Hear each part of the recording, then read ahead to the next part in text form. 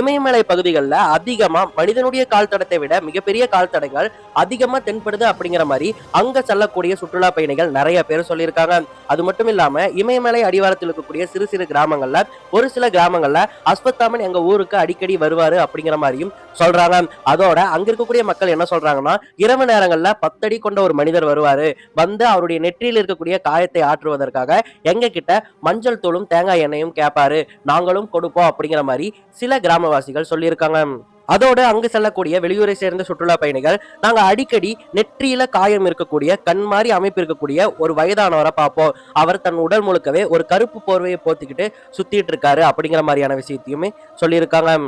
இதையெல்லாம் தாண்டி மத்திய பிரதேசத்துல அசிர்கார் அப்படிங்கிற ஒரு கோட்டையானது இருக்கு.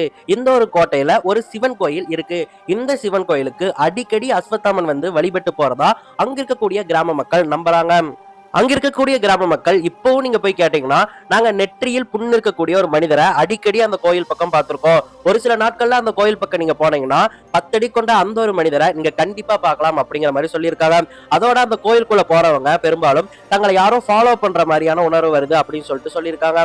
அது மட்டும் இல்லாம அசர்கர் கோட்டையை சுத்தி இருக்கக்கூடிய கிராம மக்கள் எங்களுடைய முன்னோர்கள் அஸ்வத்தாமன் அவர்களை பார்த்திருக்காங்க, ஆனா கிட்ட போனா அவர் நெருங்கவே விட மாட்டாரு, அதோட அவரை நேருக்கு நேர் பார்த்தவங்க நிறைய பேரு புத்தி பேதலிச்சு போய் பைத்தியமா கூட சுத்தி இருக்காங்க, அந்த அளவுக்கு ஒரு மர்மமான மனிதர் தான் அஸ்வத்தாமன் அப்படின்னு சொல்றாங்க.